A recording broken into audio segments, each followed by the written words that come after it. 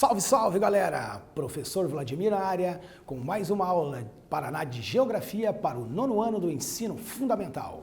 E antes do tema da nossa aula, aula de número 54, vamos aos nossos importantes recados, né? O primeiro recadinho é: não percam as aulas Paraná. Segundo, acessem o Google Classroom, realizem as atividades e marquem a presença de vocês. Terceiro, e muito importante também, tirem dúvidas com os seus professores. E se por algum motivo você não tem acesso ao Google Classroom, às salas virtuais, procure sua escola e pegue as atividades impressas. Beleza, galera? Então, o tema da nossa aula de hoje é a organização territorial e as fragilidades socioambientais das regiões polares, em especial da região do Ártico. Vamos aos objetivos da aula. Lembre-se, os objetivos são muito importantes, né? A gente tem que saber o caminho que nós vamos trilhar durante a aula. Nós vamos analisar as transformações territoriais, considerando o movimento de fronteiras, tensões, conflitos e múltiplas regionalidades nas regiões polares, e em especial hoje na região do Ártico. Relembrando aqui rapidamente nossa aula anterior, nós falamos sobre o uso dos recursos naturais e os impactos ambientais.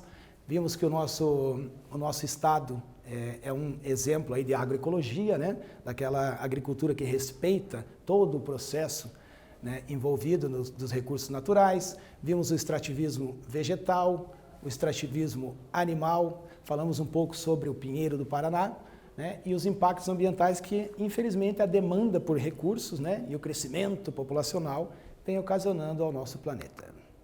Beleza? Então vamos diretamente aqui ao Ártico. Algumas curiosidades. O termo Ártico deriva do grego Arctos, que significa urso, e referindo-se à constelação da Ursa Maior.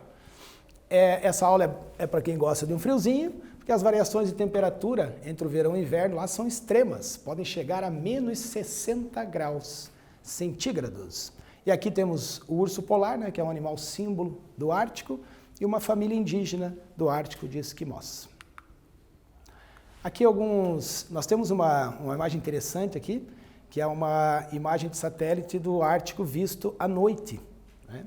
E existe um período do ano em que o Sol não se põe e outro em que o Sol não nasce no Ártico, não só no Ártico como na Antártida também, no extremo sul.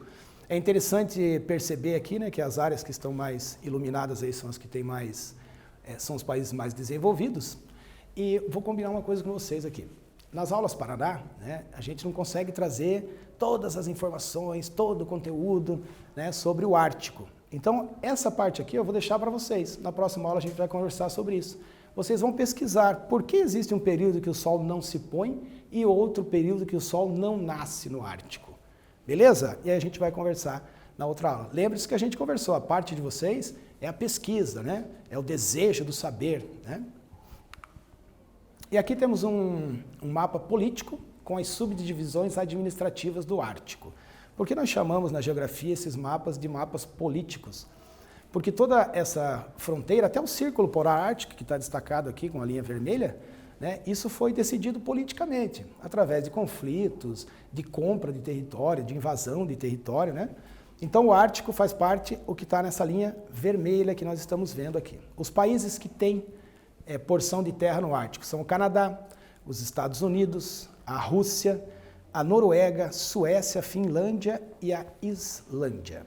E tem a ilha da Groenlândia, a maior ilha do mundo, né? Nós vamos ver com maiores detalhes, que é um território autônomo que pertence à Dinamarca, um país europeu.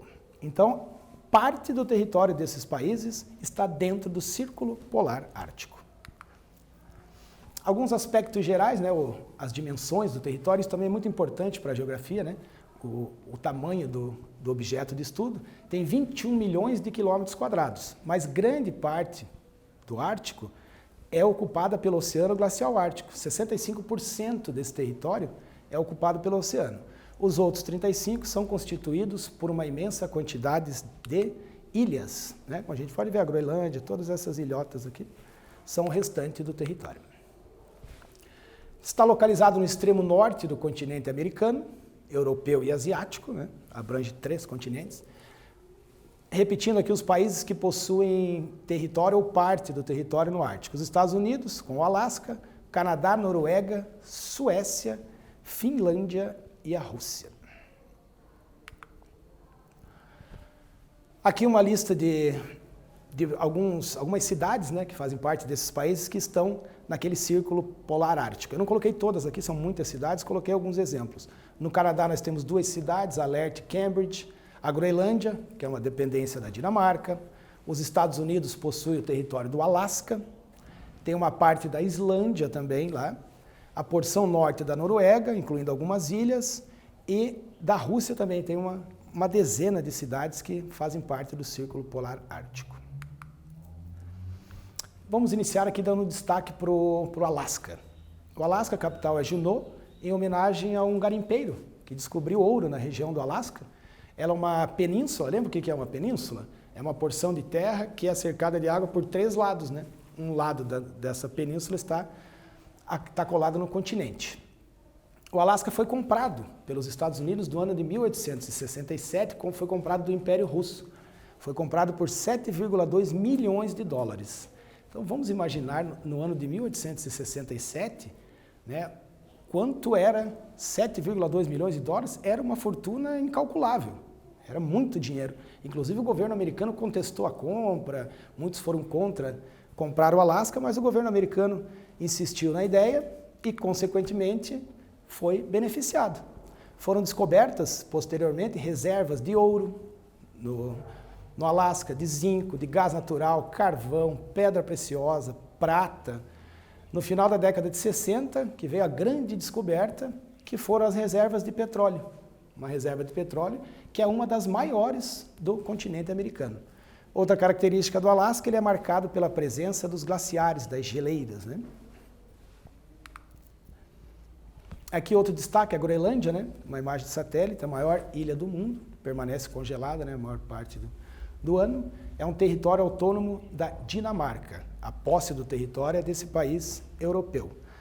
Localiza-se próximo à costa norte do Canadá, aqui, no norte do Canadá, no extremo norte, e é banhada pelo Oceano Atlântico e pelo Pacífico.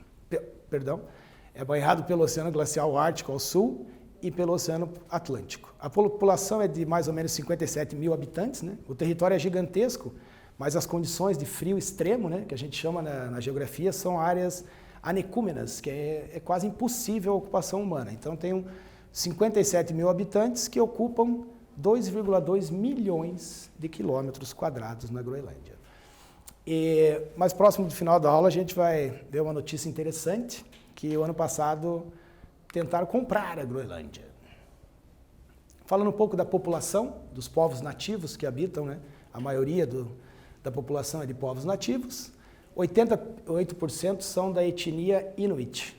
Os Inuits basicamente vivem da pesca, da caça da morsa, de focas, baleias.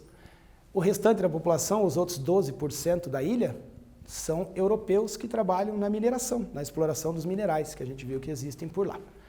E, majoritariamente, tem a religião evangélica luterana. Então, vamos lá, um questionário rapidinho. A maior parte do território do Ártico é ocupada pelo... Vai lá, essa é fácil, hein? Reloginho na tela para vocês.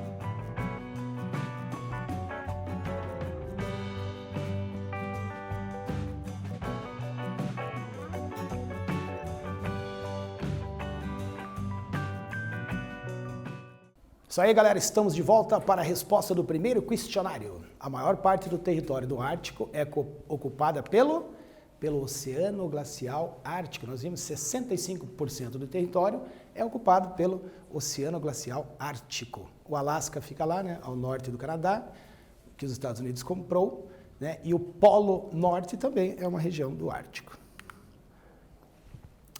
Antes de a gente começar a tratar esses elementos naturais e os elementos humanos que a geografia estuda, né, de qualquer território, seja em qualquer escala, né, seja local ou global, né, eu trago sempre a seguinte informação. A geografia tem 8 elementos de base de estudo. Eu tenho de um lado o clima, o relevo, a vegetação e a hidrografia, que são os grandes elementos naturais. Do outro lado eu tenho população, política, economia e cultura. A gente considera os elementos humanos. E esses elementos, eles se entrelaçam, estão conectados. E uma boa conexão traz coisas positivas. Se você conseguir, ao longo da sua vida escolar, compreender as relações, como esses elementos estão relacionados, como que eles se conectam, como um depende do outro, você vai estar desenvolvendo um ótimo raciocínio geográfico. E o mais importante, você vai conseguir compreender com mais clareza o mundo que está ao seu redor.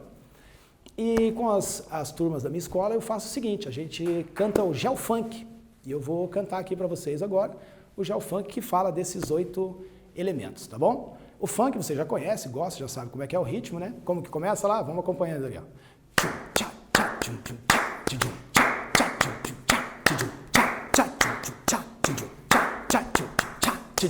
Quais são os 8 elementos que eu estudo na geografia? Vegetação e clima, relevo e hidrografia. Me diz os outros 4 agora, ninguém te segura. População, política, economia e cultura. Esse foi o Geofunk que mandou o seu recado. Nas aulas Paraná tu vai ficar bem informado. Mas se tu não estudar, tu vai ficar alienado. Então esse aí foi o Geofunk, não esqueçam. A geografia estuda esses 8 elementos e eles estão conectados, ok?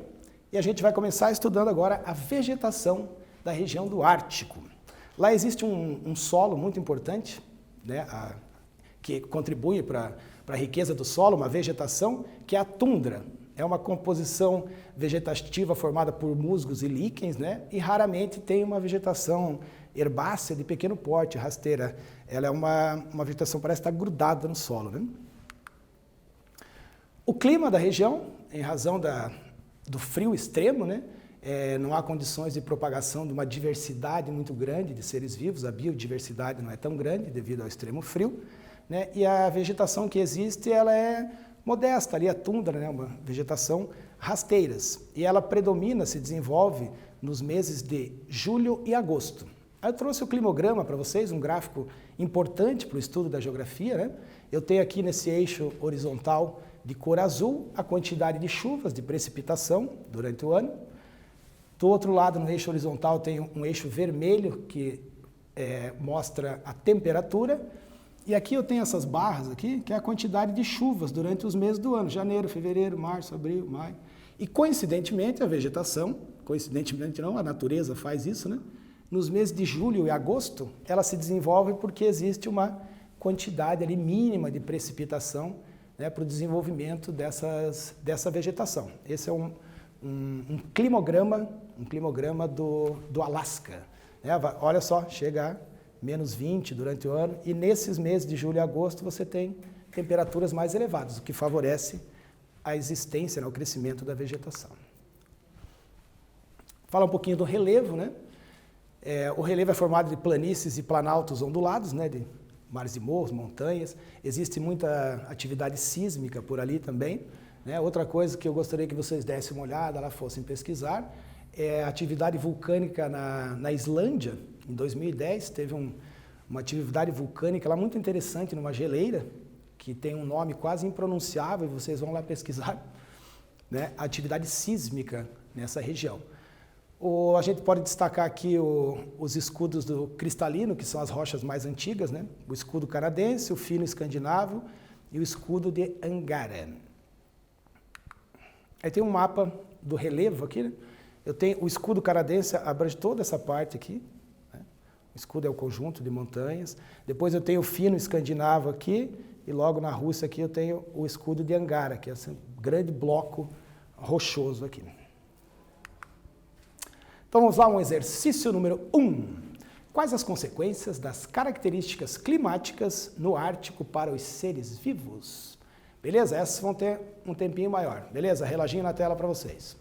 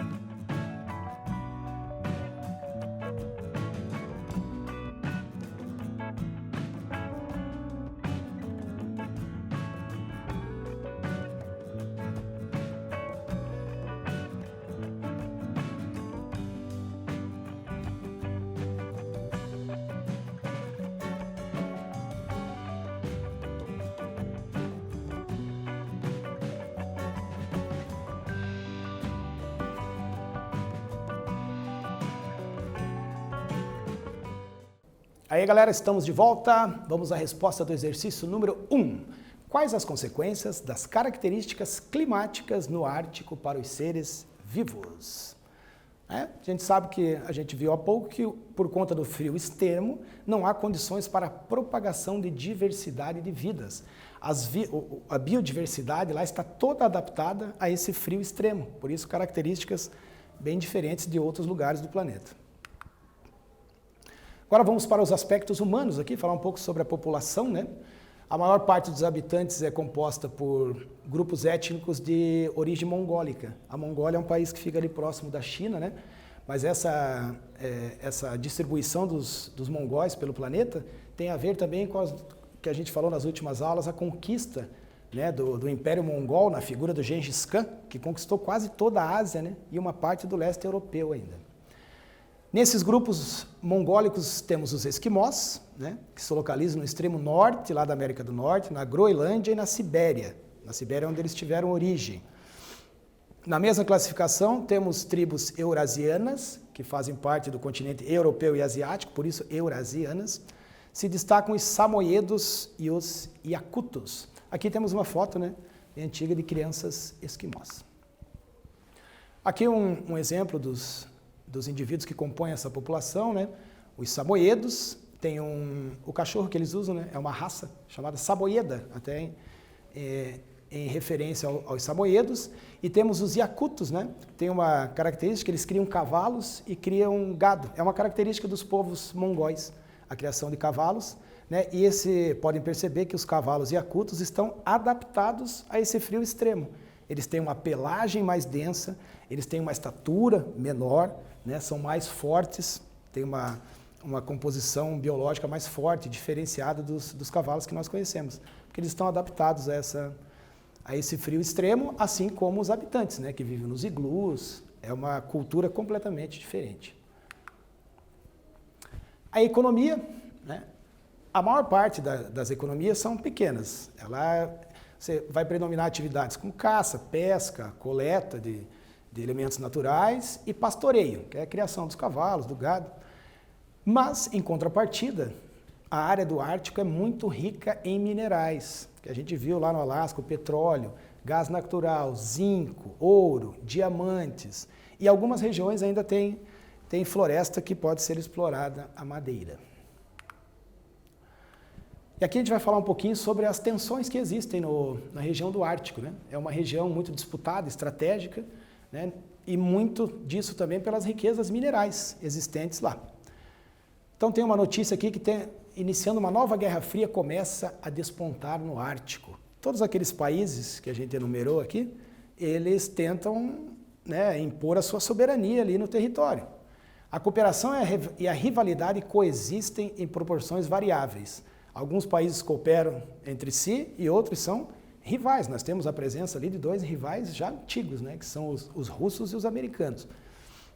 A região pode se tornar a maior fonte de petróleo e gás do planeta. E a Rússia é o país que tem a maior parte das reservas de hidrocarbonetos, que é o carvão mineral, o petróleo, que são exploráveis e ainda tem jazidas de potencial de exploração, além de 20 mil quilômetros de fronteira marítima. Então, todo esse território, com toda essa riqueza, pertence à Rússia, mas é um território muito vasto, é difícil controlar a fronteira. A gente pode comparar com a nossa região amazônica aqui, de fronteiras muito extensas, né? E aqui alguns países a se armar, né? Já fazer movimentações militares para defender o território, né? Para resguardar as suas reservas minerais. A defesa do território gelado e inóspito do Ártico entrou na lista dos gastos militares desses países. Né? Foi publicado um estudo de pesquisa sobre a paz de Estocolmo, revela que Canadá, Dinamarca, Noruega, Rússia e Estados Unidos estão investindo, né, que a gente falou, para não perder o controle, a soberania sobre a sua porção territorial no Ártico. E aqui é uma notícia interessante, né? Vocês são sabedores também dessa notícia, aconteceu no ano passado. O presidente dos Estados Unidos, Donald Trump, fez uma oferta de compra da Groenlândia, fez uma oferta para a Dinamarca, para comprar. A tentativa do presidente Trump de comprar a Groenlândia, teve a seguinte resposta. A primeira-ministra da Dinamarca primeiro perguntou se ele estava de brincadeira, se ele estava brincando, ou se ele estava falando sério. Realmente, você quer comprar a Groenlândia? Ninguém está acreditando. E riu, né, dessa situação. Mas esses risos, como diz a notícia, eles foram risos nervosos, porque a gente viu anteriormente que a própria Dinamarca e os outros países já estão investindo militarmente para proteger o território. Então, acredita-se que pode começar uma outra Guerra Fria, como nós tivemos lá no pós-guerra entre os Estados Unidos e a Rússia, né, de ameaças para promoverem a pilhagem do território ou a retirada desses minerais e de todas as riquezas que estiverem disponíveis. Outra notícia interessante também é sobre mineração, eu me lembrei agora. No ano passado, pesquisa já se desenvolvendo para exploração mineral nos fundos oceânicos. A exploração mineral no mundo ela é muito acelerada, a gente precisa muito dos minerais, e já estão estudando, né, a hipótese de mineração em fundos oceânicos, em relevo oceânico, que seria a última fronteira da mineração para nós. Então nós temos esses conflitos, né, devido às riquezas presentes na região do Ártico. Então vamos ao exercício número 2. Escreva sobre a dinâmica econômica do Ártico. Como é um exercício, tem um tempinho a mais para vocês, beleza? Reloginho na tela.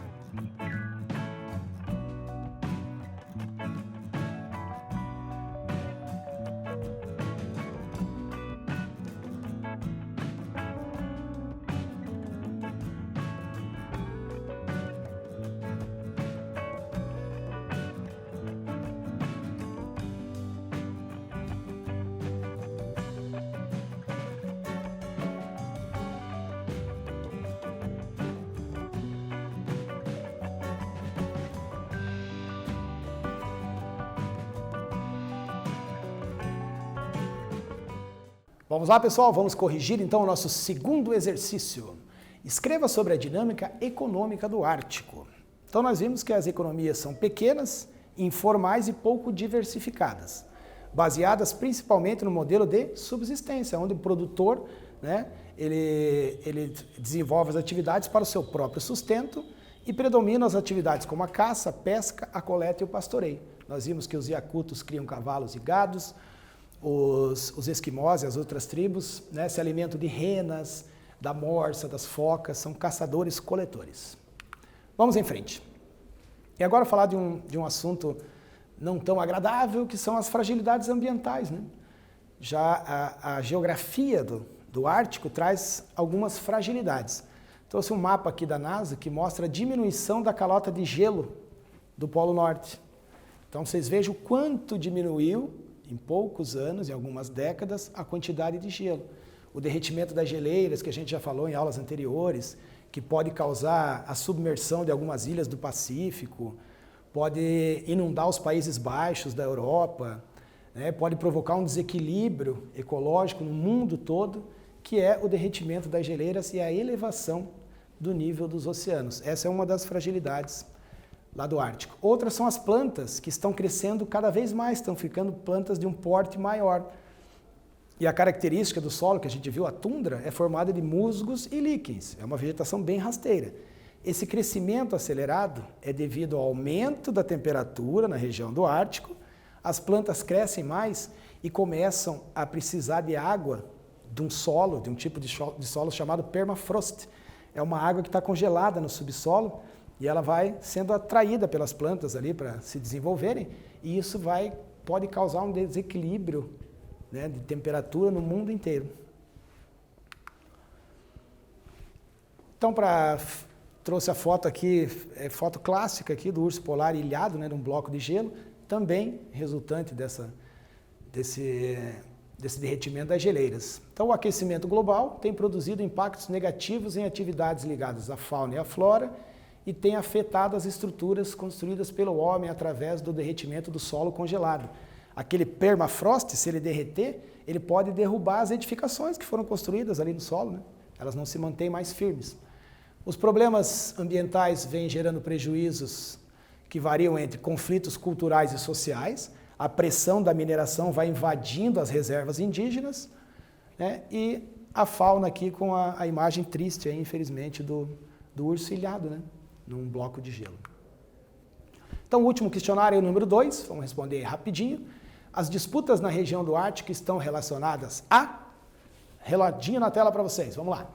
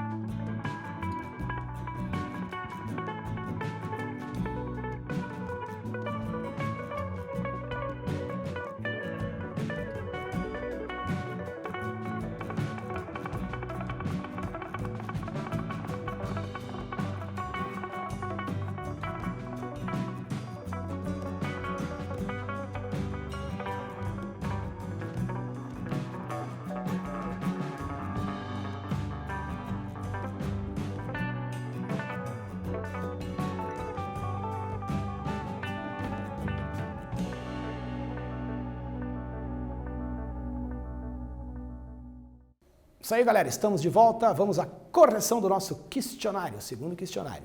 As disputas na região do Ártico estão relacionadas a